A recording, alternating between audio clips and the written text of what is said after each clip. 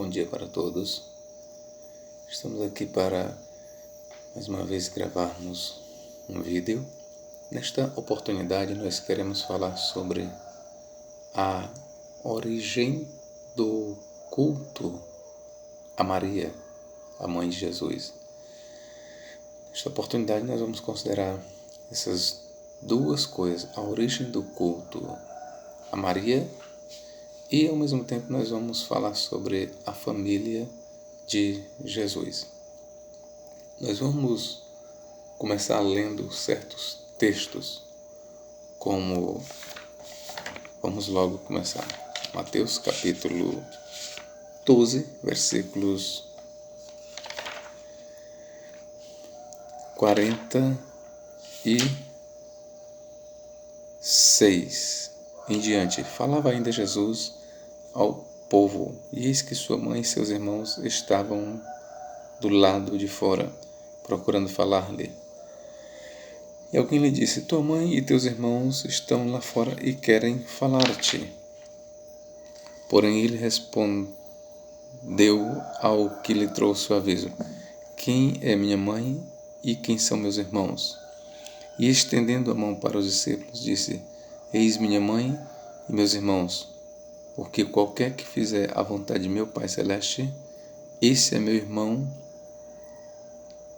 irmã e mãe. O paralelo, eu vou fazer questão de ler todos. Aliás, o paralelo está em Marcos 3, 31 e 35 e Lucas 8, 19 e 20. Vamos ler também Mateus 13, 55 e 56. Mateus 13, 55 e 56. Diz o seguinte: não é este o filho do carpinteiro? E não se chama sua mãe Maria, e seus irmãos Tiago, José, Simão e Judas? Não vivem entre nós todas as suas irmãs? De onde lhe vem, pois, tudo isso? Vamos ler também Marcos 6, 3.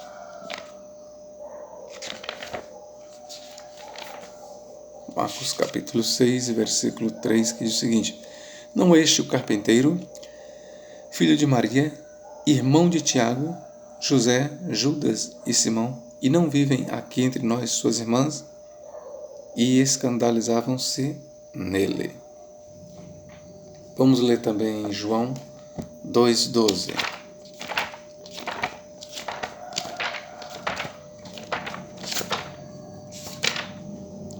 João capítulo 2. João capítulo 2, versículo 2 disse: depois disso, desceu ele para Cafarnaum com sua mãe e seus irmãos e seus discípulos, e ficaram ali não muitos dias.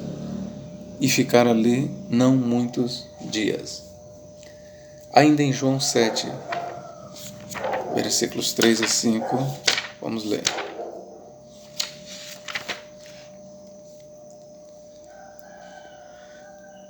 Dirigiram-se, pois, a ele os seus irmãos e lhes disseram: deixa este lugar e vai para a Judeia, para que também os teus discípulos vejam as obras que fazes.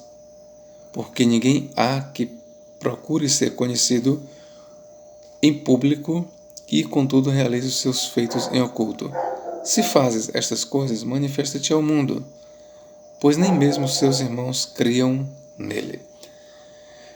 João faz questão de frisar, amados, que nem mesmo os irmãos de Jesus criam nele. Vamos ainda ler o versículo 10 do mesmo Evangelho de João, capítulo 7, 10. Mas depois que seus irmãos subiram para a festa, então subiu ele também, não publicamente, mas em oculto. Atos 1,14.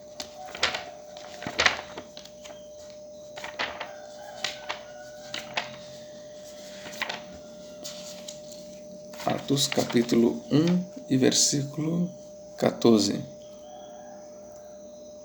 Todos estes perseveravam unânimes em oração, com as mulheres, com Maria, mãe de Jesus, e com os irmãos dele, ou seja, com os irmãos de Jesus.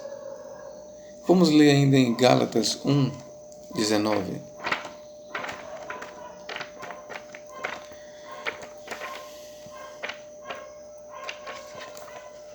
Gálatas capítulo 1 e versículo 19.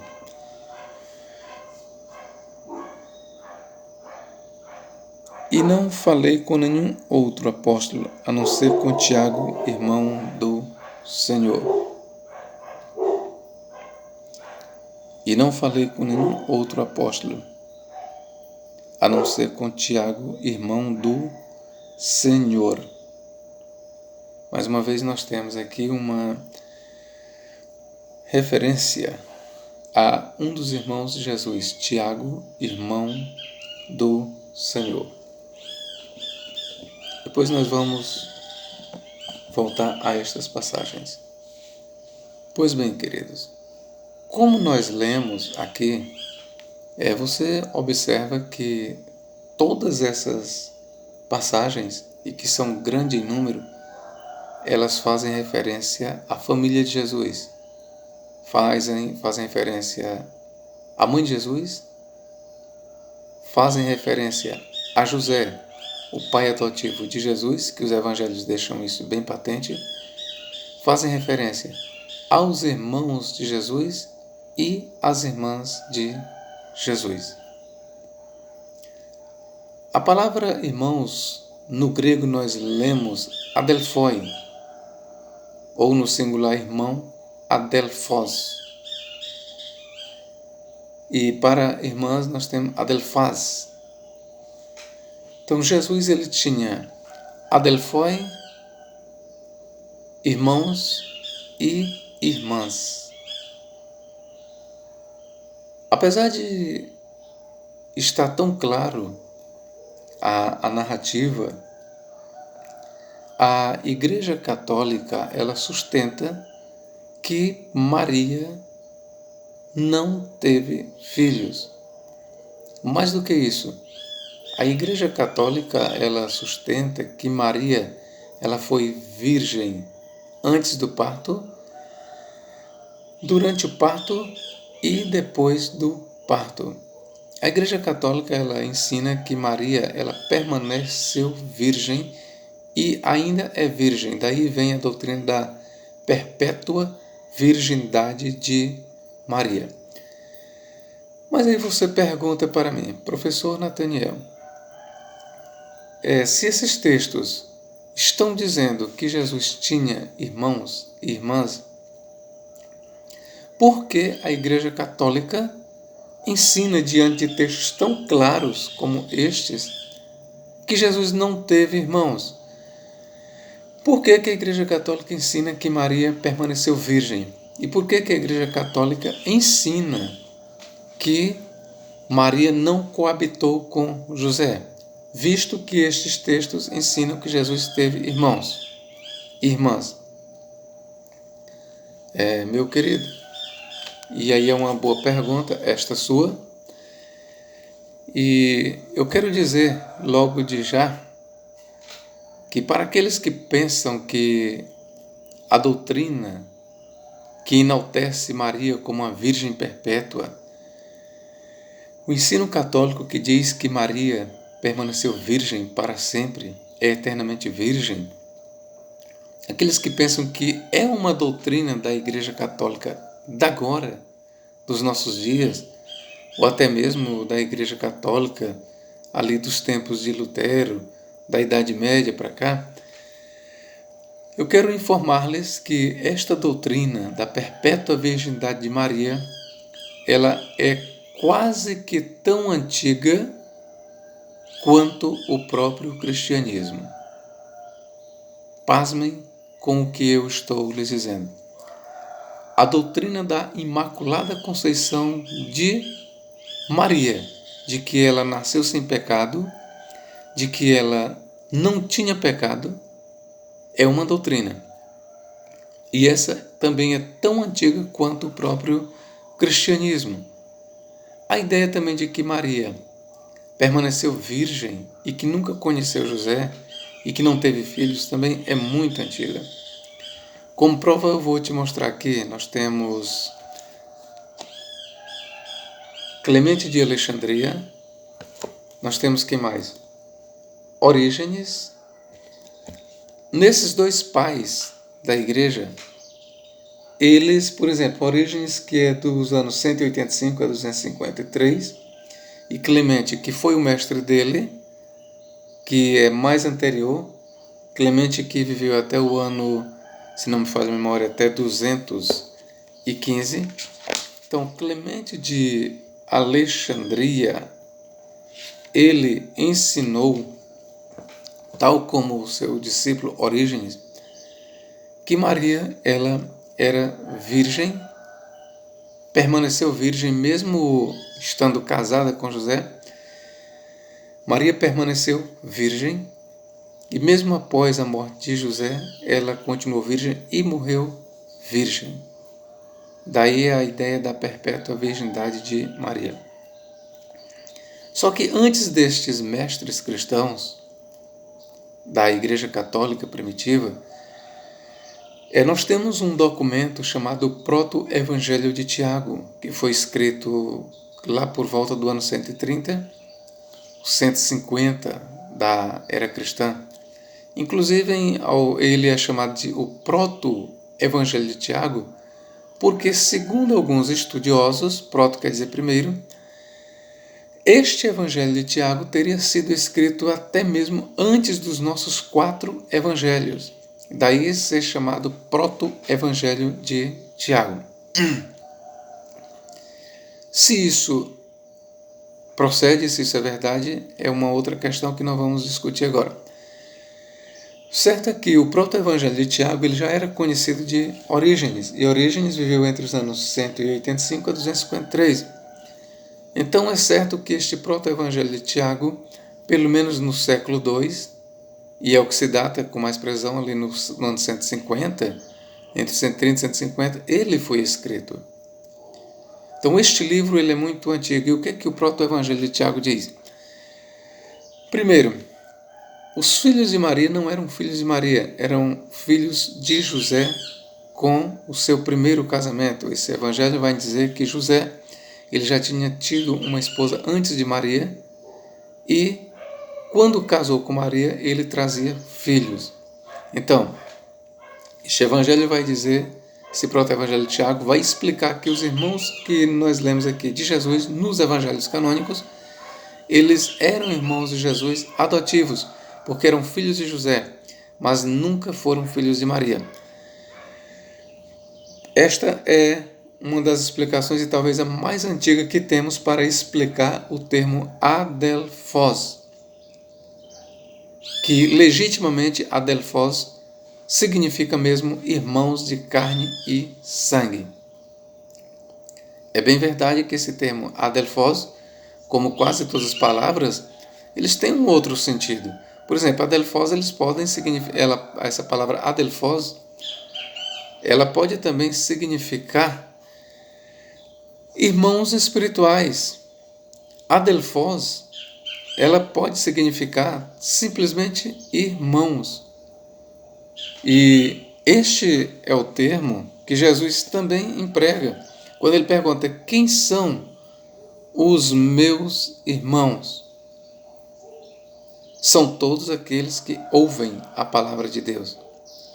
Você vê então que todos os cristãos, eles são adelphos, irmão de Jesus.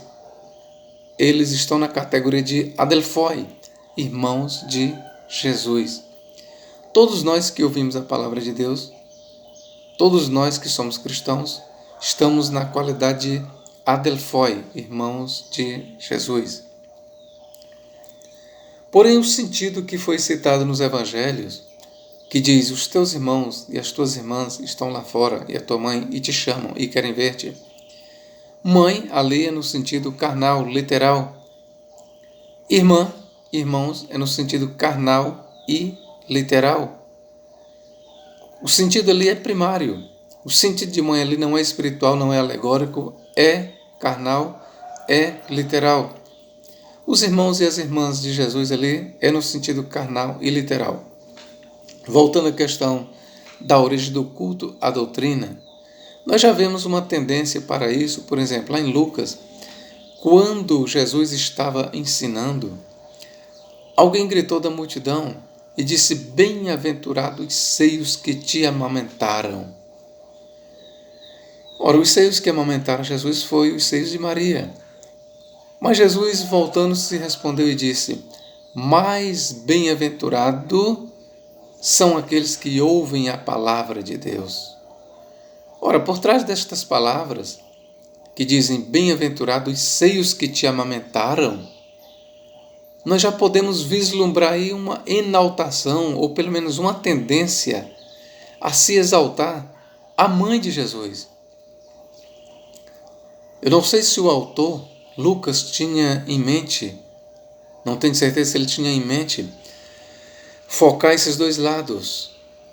Um primitivo culto, uma primitiva tendência a exaltar a pessoa de Maria, e que ele tenha colocado nos lábios de Jesus já uma resposta contra este culto mariano.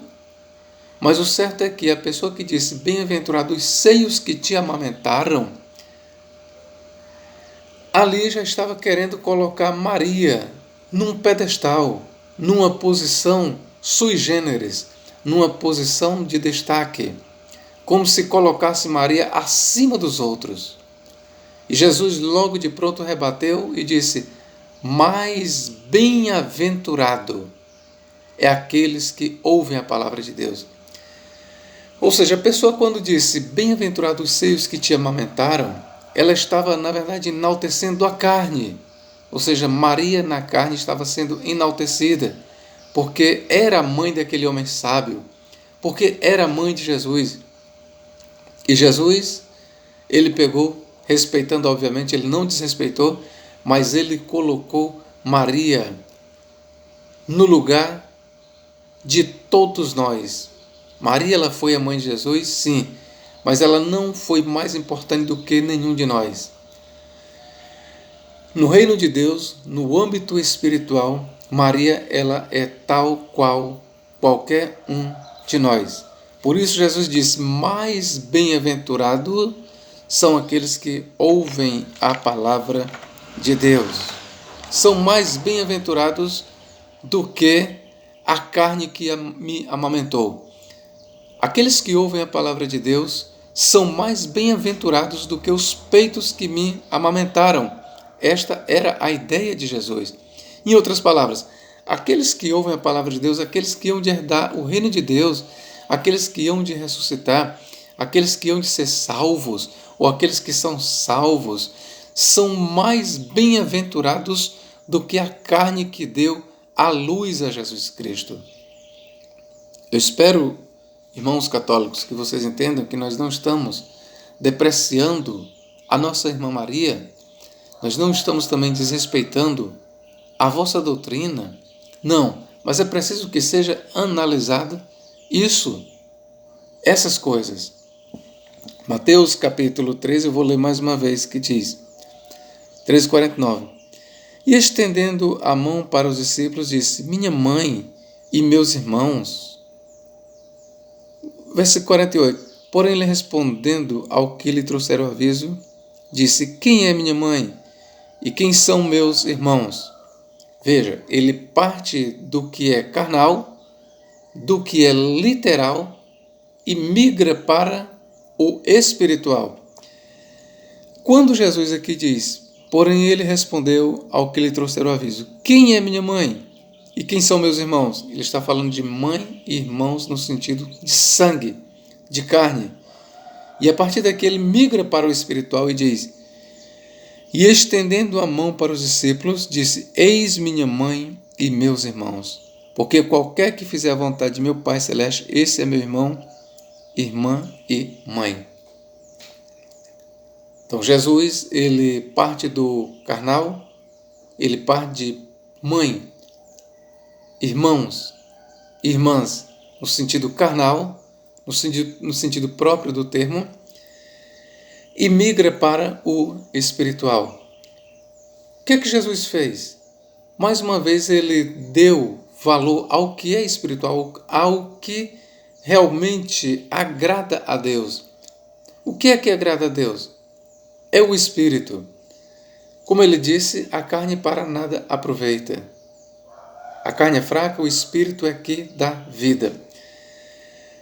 Jesus, nesse sentido, ele está explicando no sentido espiritual, moral, podemos dizer, no sentido mesmo salvífico, que aqueles que seguem-no, aqueles que o seguem, aqueles que são filhos de Deus, aqueles que são cristãos, eles é que são a família de Jesus. Aqueles que seguem Jesus, eles são a mãe de Jesus, o irmão de Jesus, a irmã de Jesus. A verdadeira família de Cristo no reino de Deus não é na carne, e sim no Espírito. Filhos de Deus, irmãos de Jesus, irmãos de Jesus não são os que são nascidos da carne, mas do Espírito. Não são os filhos da carne, mas sim os filhos da fé. Essa é a ideia da leitura.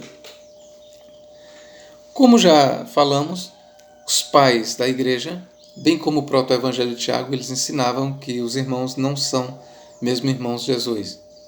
Por outro lado, nós temos uma outra teoria levantada por São Jerônimo, que foi o tradutor da Bíblia para o latim. Ele argumentou que os irmãos de Jesus, na verdade, eram primos de Jesus. E ele levantou um argumento. Ele chegou a dizer que o termo irmãos pode e foi usado para primo ou sobrinho. Aí ele nos leva para Gênesis 14 e versículo 14, onde consta que Ló foi tratado como irmão de Abraão. E de fato o termo que se encontra em hebraico lá é Ar ou Ahi. Ar ou Ahi, irmão dele. Então, de fato, ali no texto de Gênesis 14, Ló, ele é chamado de irmão dele, ou seja, irmão de Abraão. Embora nós saibamos que Ló, de fato, ele era sobrinho e não irmão. Mas eu quero fazer uma observação para você. Só que antes do autor tratar a Ló como irmão de Abraão, em Gênesis 12, 2, o autor faz questão de dizer que Ló era um Ben Ahi Avram, traduzido, filho do irmão de Abraão. Antes de ele simplesmente declarar que Ló era irmão de Abraão, irmão dele, ele diz em Gênesis 12, 2, Ben Ahi Avram. Vou repetir, Ben Ahi Avram, filho do irmão de Abraão. Ou seja, o autor de Gênesis ele tem o cuidado de deixar bem claro o parentesco. Ainda que Ló tenha sido chamado de irmão, todavia ele antes deixou bem claro que ele na verdade era sobrinho de Abraão. Então não há confusão. Conforme nós lemos em Gênesis 14, Ahiv quer dizer irmão dele. Mas esse Ahiv, irmão de Avram, era na verdade Ben Ahi Abram, filho do irmão de Abraão. Vou repetir, filho do irmão de Abraão. Então já está respondida aqui a tese, refutada a tese de Santo Jerônimo.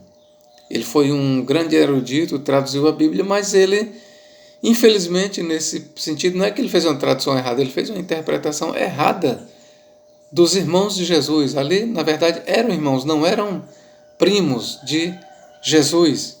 Não eram primos. Outra coisa, São Jerônimo, ele tinha que também levar em conta que estamos tratando do Novo Testamento. O Novo Testamento foi escrito em grego e não em hebraico. A passagem de Gênesis, capítulo 2, capítulo 14, versículos 12 e 14, não tem nada a ver com o que lemos em, por exemplo, Mateus 13, 55, 56, que fala dos irmãos Jesus, Adelphoi, em grego. A passagem de Mateus, no Novo Testamento, foi escrita em grego e nada tem a ver com a passagem de Gênesis que foi escrito em hebraico. Esta é a minha resposta para a Igreja Católica, já refutando São Jerônimo. Por que eu digo refutando ele? Porque a Igreja Católica, ela segue neste ponto ou Santo Jerônimo, que dizia que eram primos de Jesus, ou segue o proto-evangelho de Tiago, que diziam que eram filhos de José. E nós não aceitamos esta tese. Por quê? Porque ela não é bíblica. Se a Igreja Católica, se os padres chegassem para mim e dissessem, não, na verdade nós pregamos que eles eram primos de Jesus e que Maria foi perpetuamente virgem, antes, durante e depois do parto, nós ensinamos isso não com base no Novo Testamento, não com base na Bíblia, mas com base apenas nos nossos padres, Orígenes, Clemente, com base em Santo Agostinho, com base em todos os padres. Nós ensinamos com base neles e com base no próprio Evangelho. Se um padre chegar para mim e disser isso, eu já paro de militar contra a doutrina. Por quê? Porque aí já faz parte da tradição extra-bíblica, o que eles reconhecem.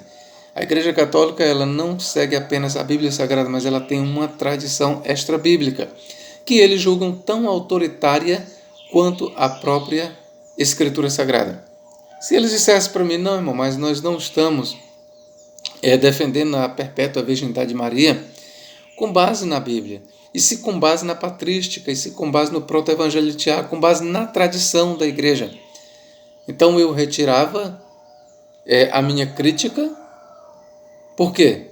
Porque aí a tradição é deles e eu nada tenho a ver com a tradição deles. Agora, a partir do momento que eles vêm reclamar que Maria era perpetuamente virgem e que continua virgem e que não teve filhos e que Jesus foi o filho único de Maria, com base no Novo Testamento, aí eu tenho que me posicionar, porque aí já está passando para o campo, a partir deles, da distorção bíblica.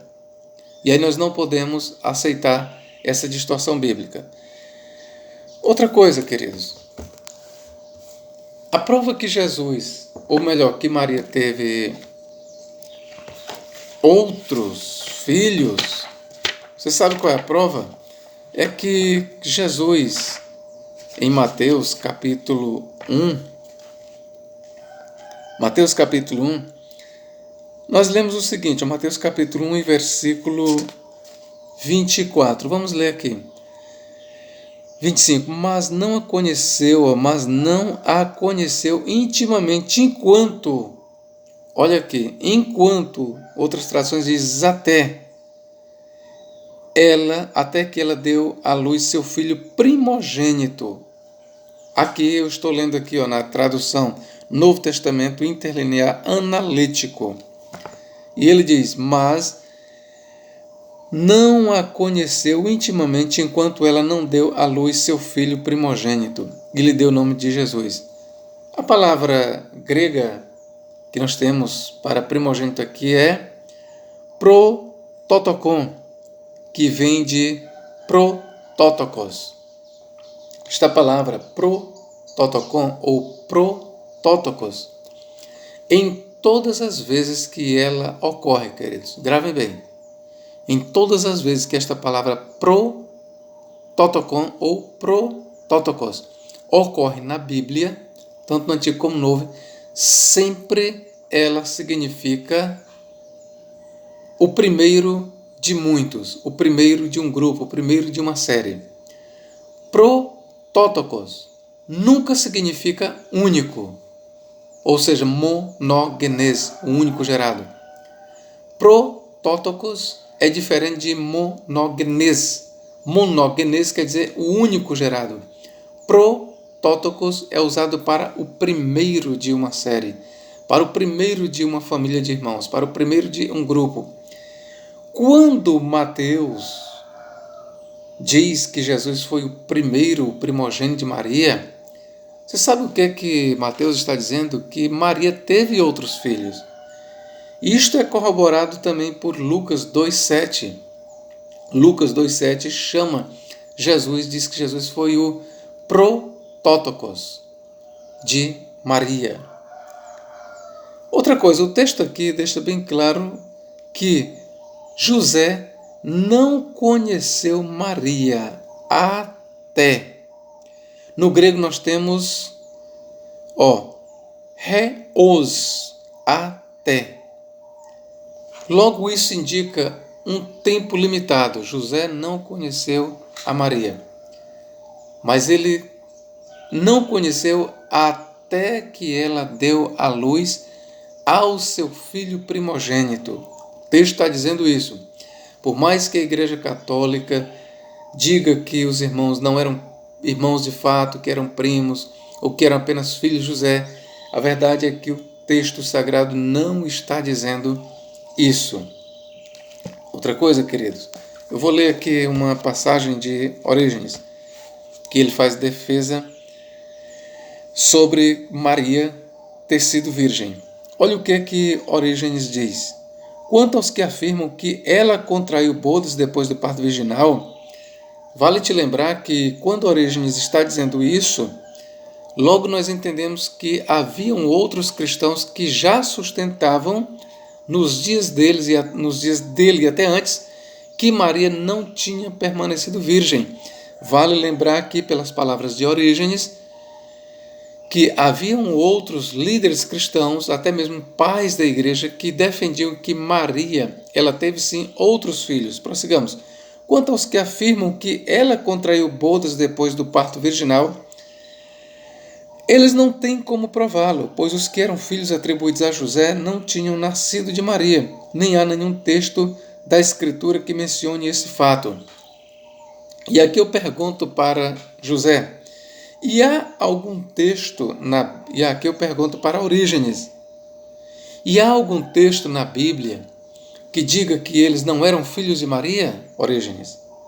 E há algum texto na Bíblia que diga que eles só eram filhos de José?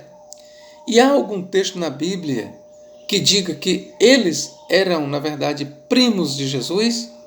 Ora, o termo primos, apesar de que um primo pode ser tratado como um irmão, queridos, mas a Bíblia ela é muito específica nas suas colocações. Lá em Colossenses capítulo 4, versículo 10, nós temos lá a palavra anepsios. Lá, aquele primo, que no grego é anepsios, era o primo de Barnabé, ou sobrinho de Barnabé. O termo grego ali é anepsios, e não adelphos. Veja que o autor sagrado, em Paulo, em Colossenses 4,10, ele chama de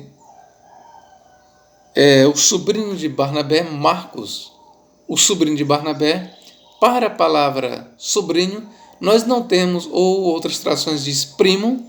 Para esta palavra, nós não temos adelphos, nós temos sim anepsios. Nós temos que entender que a Bíblia Sagrada ela é bem clara quando quer falar de termos específicos. Eu vou ler aqui para vocês em Mateus 10, 35. Vamos ler? Mateus 10, 35.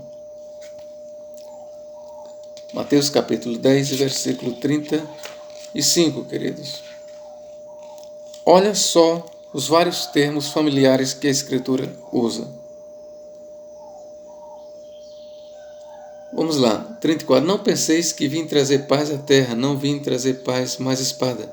Porquanto eu vim para colocar o homem contra seu pai, a filha contra sua mãe, e a nora contra sua sogra. Os inimigos do homem serão os da sua própria casa. Eu vou ler aqui o texto em grego para esses vários termos. Eu vou ler o versículo em grego. Acompanhe-me.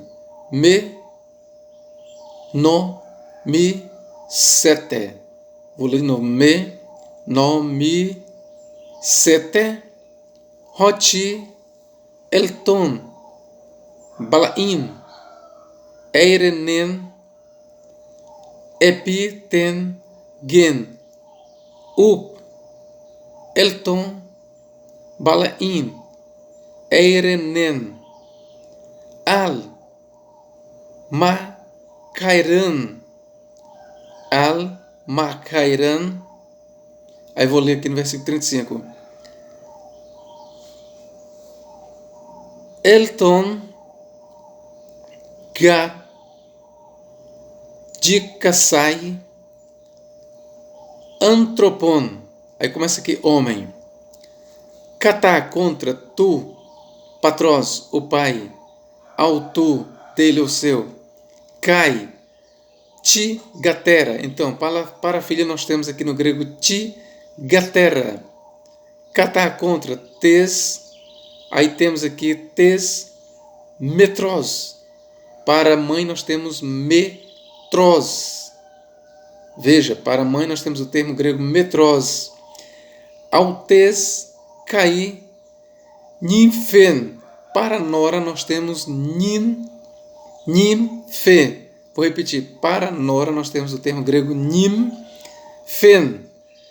Catates, penteras. Para sogra nós temos aqui penteras. Penteras. Autes, cai, troi. Para inimigos nós temos troi. Tu, antropo. Inimigos do homem. Roi, oi, kei, yakoi. Vou repetir. Oi, kei, yakoi. Da sua própria casa. Então você vê, amados, que quando a Bíblia quer se referir a termos específicos, ela se refere. Ela não confunde as coisas. Quando, por exemplo, está em vista parentes específicos, como, por exemplo, pai, nós temos patrós no grego. É só ler em Mateus 10:35. Para a filha nós temos tigatera. Para a mãe nós temos metros. Para a nora nós temos nimfen. Então você vê que, e para a sogra nós temos penteras. Pinteras. Você vê aqui diversos termos específicos para graus variados de parentescos. Então vejam bem, por que que aqui nora é nora, mãe é mãe, pai é pai, sogra é sogra? E quando chega em Mateus 13:55, irmão não é irmão, irmã não é irmã. Por que isso? Por que que aqui mãe é mãe, pai é pai, sogra é sogra, nora é nora, no sentido literal do termo, mas quando chega lá em Mateus 13:55, que fala dos irmãos e irmãs de Jesus, e Marcos 6:3, aí não, ali não é irmãos de fato, ali são primos, ou são irmãos apenas adotivos. O texto não está dizendo isso, o texto jamais está dizendo isso. É a Igreja Católica quem faz, na verdade, uma distorção do texto. Queridos, nós temos também esse termo primos, anépsios, nós encontramos na tradução do 70 na Septuaginta em Números 36:11. Você vê que nem sempre o primo ele é tratado como irmão. Apesar de que um primo, de fato, ele é um irmão na carne, no sangue, mas nem sempre a Bíblia trata primo ou sobrinho como irmão. Lá em Números 36:11 você pode ler, se você tiver a Septuaginta na sua casa, você vai ver que lá o termo é anépsios, o mesmo termo que nós encontramos em Colossenses 4:10. Ok, queridos? Então, esta é a nossa refutação à doutrina da eterna virgindade de Maria. Essa é a nossa refutação ao ensino da Igreja Católica, que diz que Maria nunca teve outros filhos. Outra coisa, quando Orígenes diz aqui, conforme nós lemos, olha o que Orígenes diz, como nós lemos ainda agora. Eu vou repetir novamente. Orígenes, e ele vai dizer o que aqui? Orígenes, capítulo, esqueci onde eu li, 7 e 4. O que diz aqui? Quando Orígenes, ele vai falar, ó, bem aqui, quanto aos que afirmam que ela contraiu boldas depois do parto virginal, veja que Orígenes ele reconhece que outros não concordavam com ele. Veja que nas palavras de Orígenes existiam outros contrários a este ensino da perpétua virgindade de Maria. E eu posso, aí você pergunta, mas você pode citar um dos pais da igreja que defendiam que Maria teve outros filhos? Posso. Tertuliano, um dos maiores pais da igreja, um dos maiores líderes do cristianismo, Tertuliano, na sua obra Contra Marcião, livro 3, capítulo 18, ele usa esta mesma passagem que eu li no início, Mateus 12, 46 a 50, e ele parte da mesma análise. Ele diz o seguinte, que Jesus ele parte do literal, do físico para o espiritual.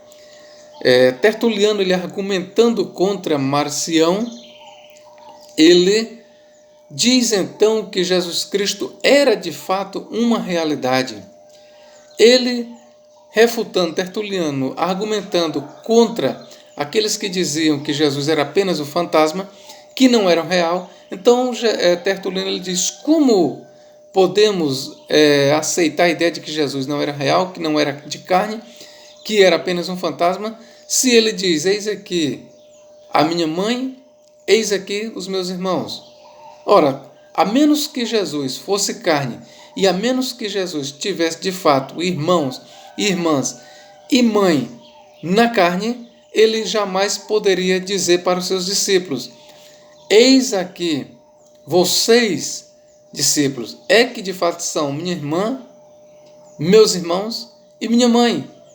Então Tertuliano ele defende aí que Jesus ele tinha de fato irmã na carne, irmão na carne e mãe na carne. Tertuliano ele não defendia a perpétua virgindade de Maria.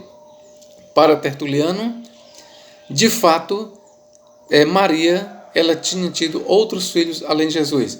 Nós temos também um outro líder cristão chamado Elvídio. Ele existiu ali mais ou menos próximo de São Jerônimo, não sei quantos anos antes, mas ele parece-me que foi contemporâneo. E Jerônimo fez um libelo, ou seja, um escrito contra Elvídio. Esse escrito eu tenho ele, está guardado ali. E São Jerônimo pretendeu refutar Elvídio, embora não tenha refutado. Por quê? Porque Elvídio ele defendia que Maria, e Elvídio era cristão, não era herege, Elvídio era um cristão influente. Então, Elvídio ele ensinava a semelhança de Tertuliano e outros líderes cristãos da Igreja Católica, que Maria ela tinha tido outros filhos além de Jesus Cristo. Então, queridos, eu espero ter te ajudado. Espero que os irmãos católicos não me levem a mal, mas eu estou aqui defendendo a posição bíblica. Eu estou defendendo aqui o que a Bíblia diz. Se ficasse a Igreja Católica apenas na tradição, não é a nossa tradição que ensina. A Bíblia não ensina, tudo bem. Eu nem faria esse vídeo.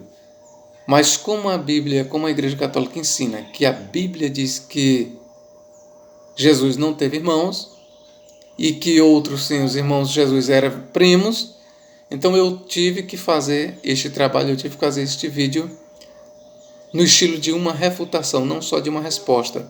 Eu não estou apenas respondendo, eu estou refutando esse dogma da perpétua virgindade de Maria e esse dogma que diz que Maria só teve Jesus e que permaneceu virgem antes, durante e depois do parto.